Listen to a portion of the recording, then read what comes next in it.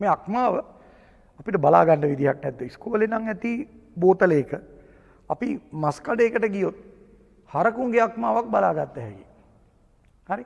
කුකුල් මස් ගන්නකොට කුකුලා ඉස්සර නම් මම දන්නේ දැන් තියෙනවද මන් දන්නේ නැහැ. ඉස්සර නම් කුකුලෙක් ගත්තාම කුකුලාගේ ඔය පාර්ට්ස් ටික වකුගඩු හෘදය අක්මාව එහෙම පොලිතින් මල්ලක දාලා බඩ අස්සේ ගහලා තියෙනවා. ඒක කුකුලා සුද්ධ කරනකොට බඩ ඇතුලේ තියෙනවා මේ පොලිතින් මල්ලක් එක්ක බඩු ඒ ටික මිනිස්සු ගන්නවා. එතනත් අක්මාව තියෙනවා. දැන් නම් ඒගොල්ලෝ අහක් කරලා පාර්ට්ස් හැටියට වෙනම විකුණනවා. කපටිකම. ඒක අපි කුකුලෙක් කියලා කඩෙන් ගත්තොත් කුකුලා නෑ උගේ. මදේ නෑනේ. යම් යම් කොටස් අඩුයි. ඊළඟට මාළු කඩ අපි දැන් ওই පීකුදු කියන්නේ.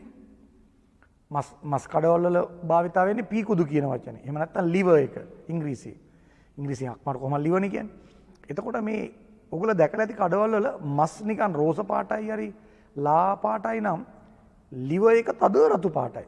එහෙම නැත්නම් දම් පාටට හුරුයි. මස් වල පුෂ්ටියේ තියෙන යම්කිසි ගොරෝසු ගතියක්. මේ අක්මාවේ liver එකේ එහෙම නැත්නම් පීකුදු වලේම ගොරෝසු බව ගතියක් නැහැ. හරි සුමටයි. ඒ කියන්නේ හොඳ පටලයකින් ආවරණය වෙලා තියෙන්නේ. හරි මම නිකන් සාමාන්‍ය කතාවක් කිව්වේ.